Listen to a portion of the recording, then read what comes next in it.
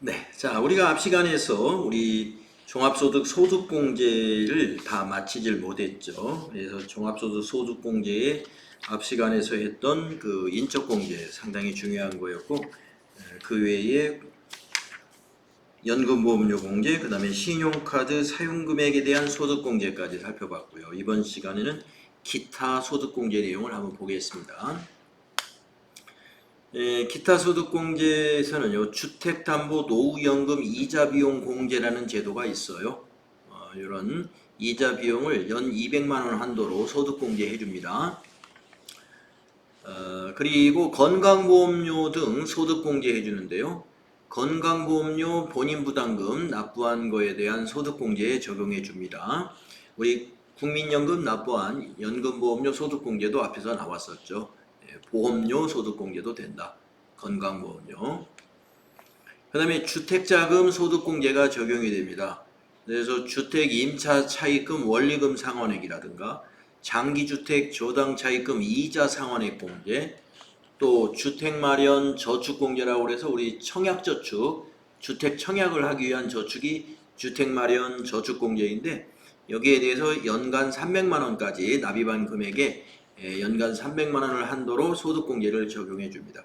그래서 주택 관련해 가지고 원리금 상환액이라든가 이자 상환액에 대해서 근로소득이 있는 자에게 소득공제 해주는 제도예요.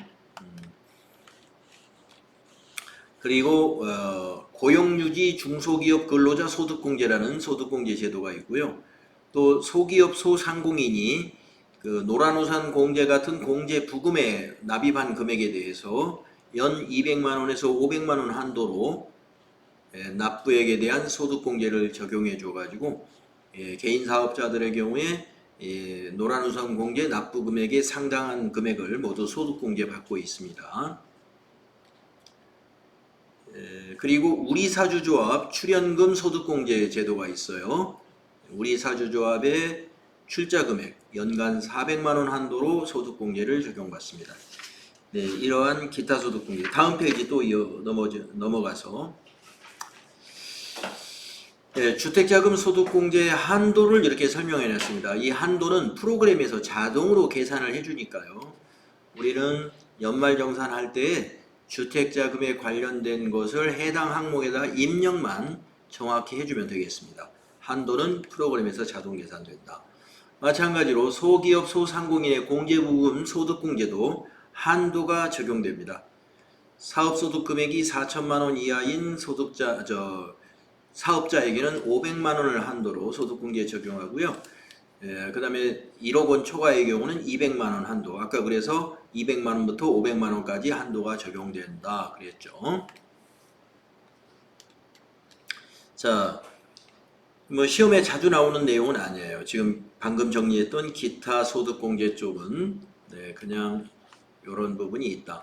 다만 주택 관련 소득공제는 연말정산에서 실제로 우리가 해볼 기회가 있기 때문에 그때도 해당되는 칸을 찾아서 입력하는 요령이 시험에서 실제로 필요하니까요. 지금은 주택자금에 대한 소득공제가 있다 하는 정도만 기억을 살짝 해주시면 되겠습니다. 다음에 소득공제의 마지막 사항, 기타 사항을 보겠습니다. 소득공제의 기타 사항이라고 하지만 굉장히 중요한 내용인데요. 첫째는 공제 대상자를 판정하는 시기입니다. 우리가 앞에서 인적공제에서 따질 때 우리가 기본공제 대상자가 몇 명이냐 이런 걸 따지잖아요. 그러면 기본공제 대상자를 어느 시점으로 카운트하느냐 이런 얘기죠. 어떤 시점으로? 원칙은 과세기간 종료일 기준이에요. 과세기간 종료일. 그래서 자녀라고 하면은 자녀가 12월 31일 상황으로 주민등록표에 등록할 수 있는 여건이 되어야 돼요. 그러니까 출산해서 주민등록표상에 자녀가 등록되어 있으면 그 자녀의 기본공제 대상자가 가능하죠. 과세기간 종료일의 상황에 의한다. 그러니까 출생일 전에 12월 30일 전에 출생했으면 우리가 등록할 때 실제 출생일 날로 등록하거든요. 그래서 등록은 1월 달에 하더라도 우리가 출생 등록을 할 때 거기에 12월 31일 날 만약에 태어났다 그러면 그날 출생으로 등록하시면 되겠습니다. 그래서 원칙은 과세기간 종료일 31일 기준인데요. 출생은 그렇게 따지지만 사망의 경우하고 그리고 장애가 치유된 경우에는, 자, 사망의 경우라는 것은 이제 부양가족이 있었는데 이 과세기간 종료일 전에 사망을 했다 이거예요. 예. 그러면 우리가 만약에 11월 달에 할아버지가 부양가족으로 있었는데 계시다가 나이가 연로해가지고 돌아가셨다 이겁니다. 그러면은 지난달에 돌아가셨기 때문에 주민등록표상에 이제 사망신고가 이미 되어 있죠. 하지만 여기 보면은 과세기간 종료일 전에 사망한 경우는 사망일 전일로 판단한다 이 말이니까요. 사망일 전일이라는 것은 만약에 11월 1일 날 돌아가셨다 그러면은 10월 31일은 살아계신 거죠. 그래서 사망의 경우는 인정이 된다 하는 얘기입니다. 과세기간 종료일에 주민등록표상에 없다 하더라도 사망인 경우에는 부양가족으로 판정된다 이런 말이고요. 장애가 치유된 경우도 사망하고 같은 조건으로 반영을 합니다. 자, 부모님이 직계 존속이 장애였어요. 그래서 항시 치료를 요하는 아주 중증 장애가 있었는데 지난달에 완전히 치유가 끝났습니다. 그래서 이제는 집에서 정상적인 생활을 할 수가 있어서 장애가 끝났어요. 그래서 장애 치유 판정을 받았어요. 그랬다 하더라도 그 전일 상황으로 본다. 우리가 장애가 치유됐다 하더라도 그 과세기간에 단 하루라도 장애인 상태가 있었다면 적용이 된다는 거죠. 사망도 마찬가지예요. 이번 과세기간에 단 하루라도 살아있는 기간이 있었다면 기본공제 대상자가 된다. 이렇게 해석하시면 되겠습니다. 자, 그 다음에 부양가족의 공제 대상 여부를 판단할 때요. 적용 대상 나이를 따지지 않습니까? 나이. 직계존속 60세 이상, 직계비속 20세 이하 이런 나이 있었죠. 그 다음에 형제자매는 20세 이하이거나 60세 이상. 이 나이는 어느 날짜 기준이냐? 이것도 적용 대상 나이가 정해진 경우에는 해당 과세기간의 과세기간 중 해당 나이에 해당하는 날이 있는 경우에는 모두 공제 대상으로 봅니다. 그러니까 생일 날짜를 기준으로 따질 필요 없이 1월 1일 날짜로 그냥 보시면 돼요. 그래서 이번 과세기간에 단 하루라도 만 20세에 해당되는 기간이 있었다. 그러면 공제 대상자가 되는 거죠. 1월 1일까지는 만 20세였는데 1월 2일 날 나이가 한 살 더 먹었어요. 생일이 1월 2일이어가지고 그거 따지지 않는다 하는 얘기입니다. 그래서 우리가 나이 계산할 때는 프로그램에서 어떻게 계산하냐면은 과세기간이 지금 2024년도다 그러면은 프로그램에서 2024 과세기간 해당 과세기간의 연도에서 그 부양가족의 주민등록번호 입력하거든요. 만약에 주민등록 번호가 2014년생이다. 그러면 이제 주민등록번호가 앞에 14 이렇게 들어가잖아요. 그러면 2014를 빼요. 그래서 생일이 언제인 거는 계산하지 않고요. 현재 과세기간의 연도에서 주민등록표상의 앞에 두 자리 연도를 빼줍니다. 그래서 이 사람은 20세에 해당되는 사람이에요. 그래서 2024년도에는 2014년생까지는 모두 20세로 본다. 이런 식으로 계산합니다. 나이는 해당 과세기간에 하루라도 적용되는 기간이 있으면 모두 공제 대상자로 본다 하는 얘기입니다. 자, 여기서 한 가지는 이제 시험에는 잘 안 나오지만 가끔 나온 적이 있습니다. 자, 배우자 이혼의 경우는 포함하지 않습니다. 이혼의 경우는 기본공제 대상자가 아니다. 포함하지 않는다.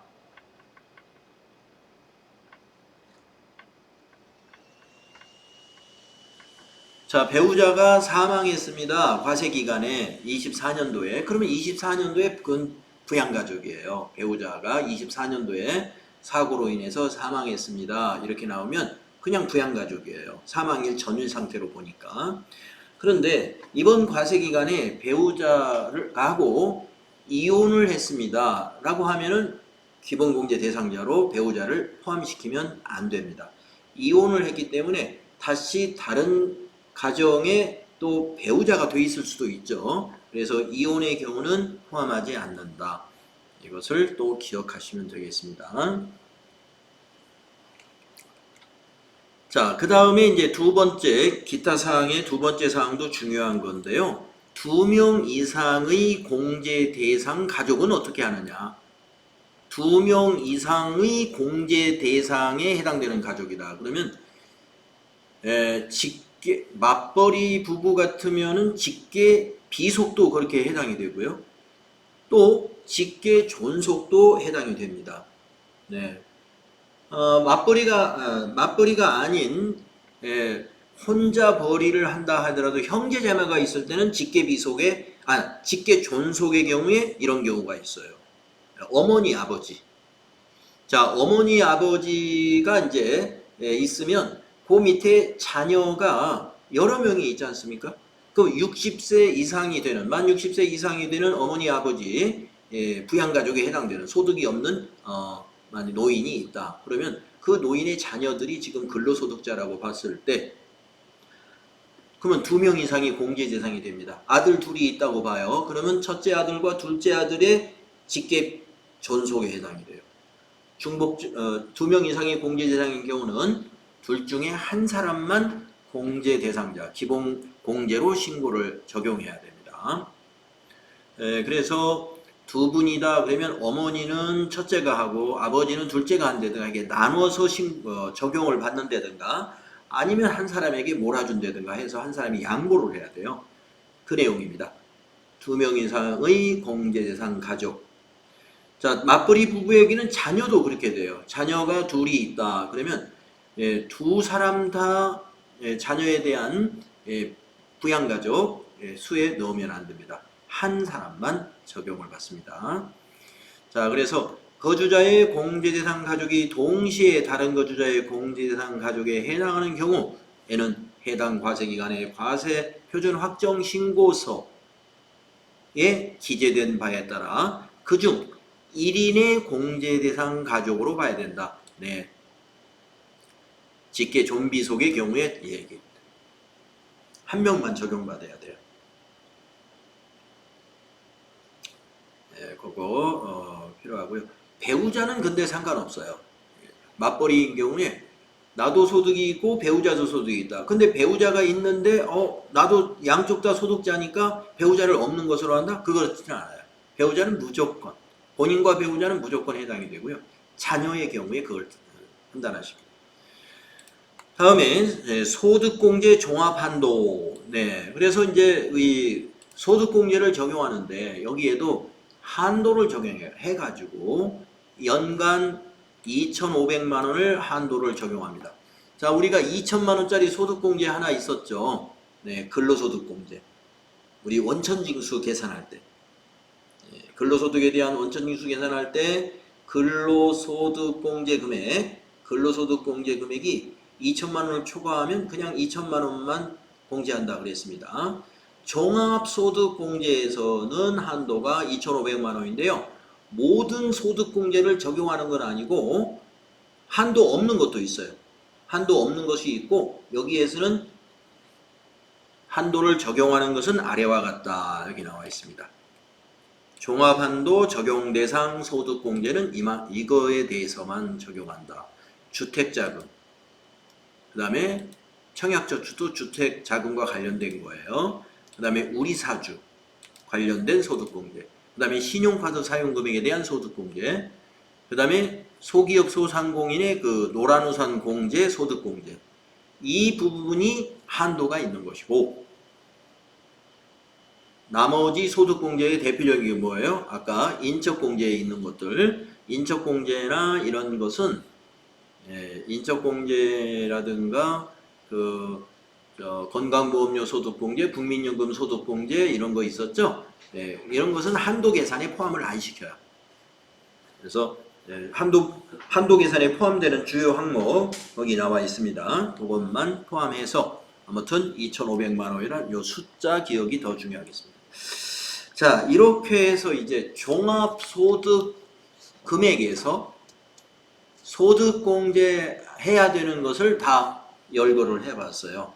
이걸 쫙 빼면은 과세표준이 나와요. 종합소득 과세표준이라고 그러죠. 자, 과세표준이 원천징수할 때도 소득금액이라고 해서 제가 과세표준이라고 여러분에게 설명드렸고, 지금 우리가 종합과세에서 또 과세표준이 또 나왔어요.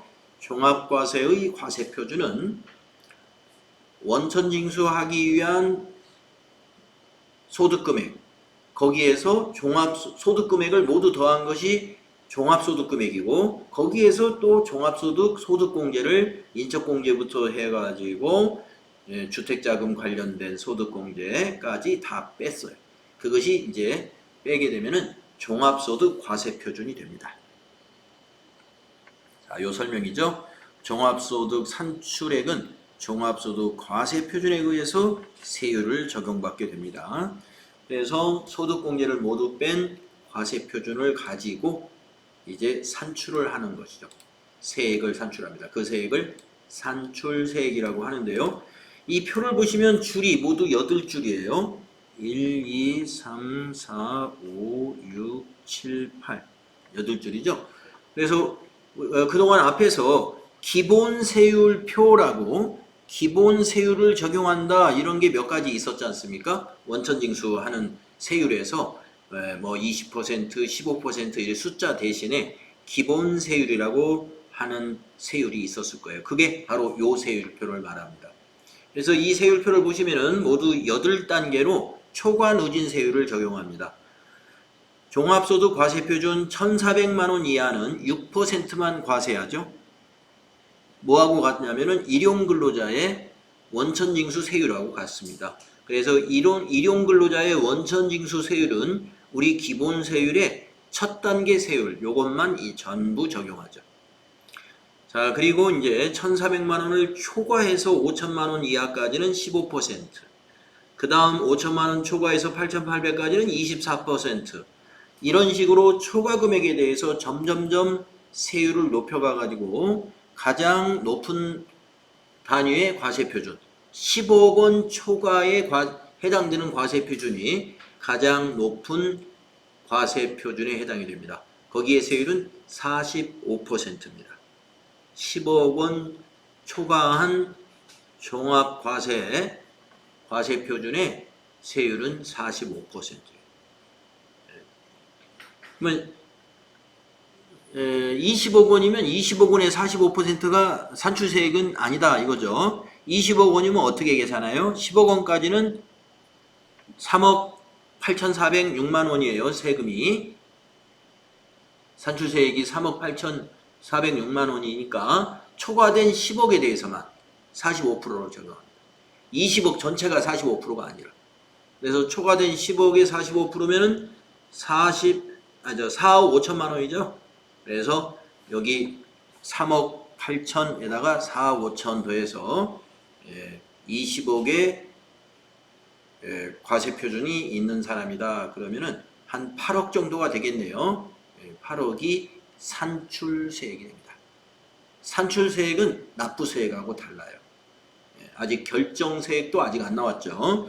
그래서 우리는 일단 중간에 기본세율표를 가지고 종합세액을 산출하는 과정까지 알아봤습니다. 산출세액이 나오면 그 다음에 뭐를 해야 되느냐? 세액공제를 적용해 줍니다. 그래서 세액공제에 대해서 정리를 해보겠습니다.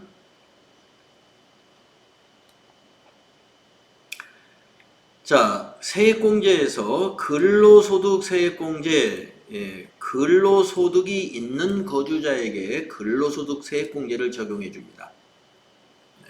앞에서 원천징수할 때 근로소득공제하고는 달라요. 이게 근로소득 세액공제. 자, 그래서 근로소득이 있는 자에게는요, 130만원 이하의 산출세액에 대해서는 55% 세액공제를 해주죠. 그래서 연말정산할 때 이걸 적용해 주는 거예요. 그 다음에 산출세액이 130만원 초과로 나오게 되면은 초과 금액에 대해서는 30%만 세액공제해 줍니다. 그리고 세액공제, 근로소득 세액공제에 한도도 있습니다. 한도도.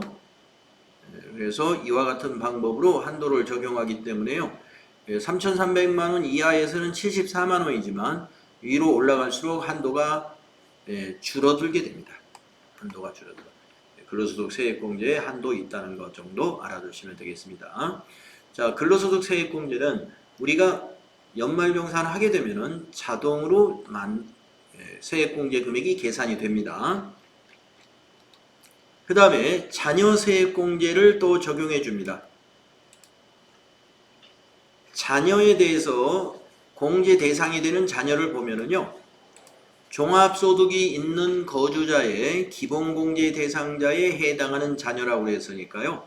조금 전에 근로소득세액공제는 근로자의 소득이 경우에만 해주는 거지만 자녀세액공제는 저희와 같은 사업소득자도 해당이 되죠. 그리고 연말정산을 할 때 원천징수할 때는 이 자녀세액공제를 적용을 안 합니다. 그러니까 만약에 자녀가 좀 있는 사람들이다 라고 하면은 자녀세액공제 같은 걸 따져봐 가지고 분리과세와 종합과세를 선택할 수 있는 그러한 기타 소득 금액의 300만원 이하까지는 분리과세와 종합과세를 선택할 수 있는 것이 있었고, 그 다음에 우리 금융소득에서는 2천만원 이하이면 종합과세나 분리과세를 선택할 수 있었어요. 이때도 자녀가 많은 경우에는 한번 계산을 해봐야 합니다. 그래서 자녀세액공제를 적용받는 자녀가 많다 그러면 오히려 원천징수로 종결되는 것보다 우리가 종합소득공제 신고를 해서 세액공제를 적용받으면 환급이 발생할 수도 있다. 그런 것은 개인별로 부양가족이 많이 있느냐에 없느냐에 따라서 계산을 해봐야 되겠어요. 자, 그래서 자녀세액공제 종합소득이 있는 거주자에게 다 해당이 되는데 입양자 및 위탁아동 포함이 되고요. 친자녀, 자녀 자동으로 포함이 됩니다. 및 손자녀가 있는 경우, 손자녀는 손자, 손녀를 말하죠. 8세 이상인 사람에 대해서는 다음에 따른 금액을 종합소득 산출세액에서 공제한다. 8세 이상인 자녀만 해준다 이거예요. 20세. 그러니까 8세 이상이니까 자녀는 20세 이하예요. 20세 이상도 자녀는 자녀지만 세액공제 범위는 8세부터 20세까지입니다. 여기서 8세 이상이라고만 했지만 한도는 20세. 8세부터 20세입니다. 그러면 왜 우리가 7세까지는 왜 자녀세액공제를 적용을 안 해주는가? 7세까지는요. 정부에서 지방자치단체에서 자녀 수당이라는 걸 지급하는 제도가 오래전부터 몇 년 됐습니다. 자녀 수당이라는 걸 지급하고 있습니다. 그래서 자녀 수당을 별도로 지급하기 때문에 세액공제까지는 안 해줘요. 7세까지는.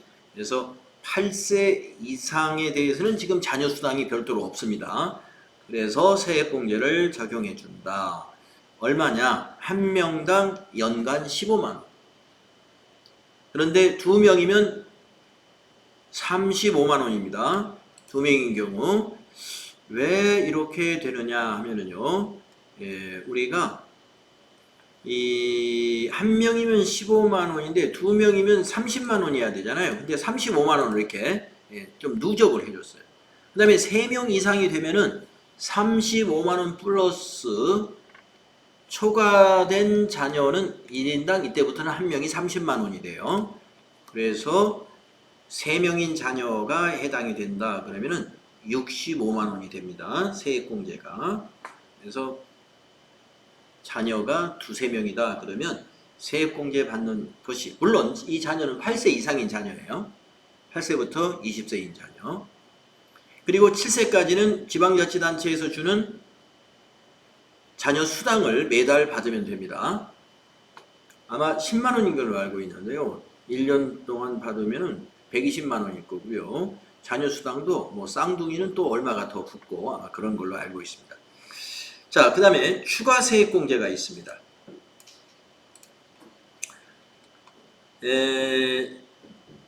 추가 세액공제는 나이에 상관이 없어요. 왜냐하면 출생과 입양에 대해서 추가 세액공제를 주는 거기 때문에 여기서는 나이를 따지는 게 아니고, 이번 과세기간에 첫째 자녀를 출생했다 그러면 세액공제 30만 원을 추가로 적용해 줍니다. 둘째 자녀를 출생했거나 입양했다 그러면 50만 원의 세액공제를 더 더해줍니다. 셋째 자녀를 만약에 출생했다 그러면 70만 원을 세액공제해 줍니다. 자, 그래서 이번 과세기간에 그냥 첫째 자녀 한 명만 출생했다 그러면 8세 이상이 아니어도 30만 원 추가 세액공제 적용을 받는다 이런 얘기죠. 그래서 출생의 경우는 출생에 대한 자녀 세액공제가 추가로 또 있습니다. 그래서 출생에 관한 것은 나이하고는 관계가 없다. 자녀 세액공제, 이것도 해당되는 자녀는, 자녀 세액공제는 이게 전산에 입력하게 되면요 나이 계산이 자동으로 되거든요. 그래서 이거는 자동 처리가 돼요. 그래서 자녀의 이름과 주민번호만 입력하면 자녀세액공제는 자동 반영되는데, 기준은 요 기준에 의해서 반영이 될 거예요. 그리고 주민번호를 입력하면 주민번호 앞자리가 이제 단기에 해당되면 출생으로 자동으로 처리가 됩니다. 그 다음에 연금계좌 세액공제 제도가 있어요. 연금계좌 세액공제. 그래서 우리가 그 종합소득이 있는 거주자가 연금계좌에 납입을 하잖아요. 우리 국민연금에 해당되는 것은 아닙니다. 국민연금이나 공무원연금은 소득공제 사항이에요. 그건 소득공제 해주는 것이고, 여기 있는 연금계좌는 사적연금이에요. 사적연금. 그래서 보험회사나 금융회사에서 연금저축상품이 있어요. 연금저축. 거기 상품에 가입하면 거기에 납입한 금액 있죠? 납입한 금액의 12% 세액공제 적용해줘요. 그래서 그 연금을 판매하는 그 금융회사 직원들은 요 세액공제를 많이 강조하죠. 그래서 연금에 가입하시면 나중에 노후에 대비도 되고, 그 다음에 소득금액에서 나중에 종합소득 신고할 때 세액공제 12% 받을 수 있습니다. 이런 판촉활동에 이용을 하죠. 자, 연금계좌 세액공제 적용이 있다 하는 거 알아두시면 되겠습니다. 자, 그러면 이제 지금까지 이제 세액공제 좀 쑥쑥쑥 좀 빠르게 넘어왔습니다만은, 이제 시험에서 우리가 이제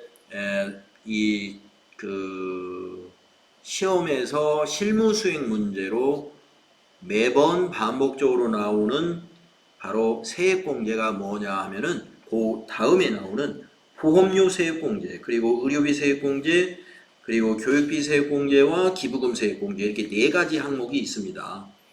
그래서 그 표의 구분을 보면 그걸 가리켜서 특별세액공제 주 1이다 해서 나중에 주석 1번에 뒷부분에 이제 세액공제 끝부분에 보면은요 주 1에 대한 설명을 할 시간이 있을 거예요. 그래서 이번 시간은 지금 이 특별세액공제, 보험료, 의료비, 교육비, 기부금 세액공제를 정리하는 시간이 좀 부족할 것 같습니다. 그래서 이 시간에는 연금계좌 세액공제까지 정리하는 것으로 하고, 지금 우리가 어디까지 정리했냐면은 산출세액을 구한 다음에 기본세율을 적용해가지고 산출세액을 정했어요. 그 산출된 세액에서 세액공제를 지금 정리하고 있는 것입니다. 그래서 세액공제 정리가 끝나면 우리가 결정세액이 나와요. 그래서 세액공제 끝나고 결정세액까지 산출이 되어야 이제 종합소득, 소득공제와 세액공제가 마무리가 됩니다. 페이지 수로는 한 3페이지 정도 남아 있어요. 그래서 이제 한 3페이지 정도를 여러분이 정리를 하게 되면은 소득세 이론 정리가 끝나게 되고, 그리고 나서 이제 우리가 소득세 관련한 이론 문제가 어떻게 출제되는지 마지막으로 그 뒤에 있는 그 유형별 연습 문제에서 소득세 이론을 정리를 하면은 여러분이 이 TAT 2급에 관련된 이론이 다 끝나게 됩니다. 네. 자, 그러면은 이번 시간에는요 여기까지 마무리하고 다음 시간에 특별세액공제에 이어서 정리하도록 하겠습니다.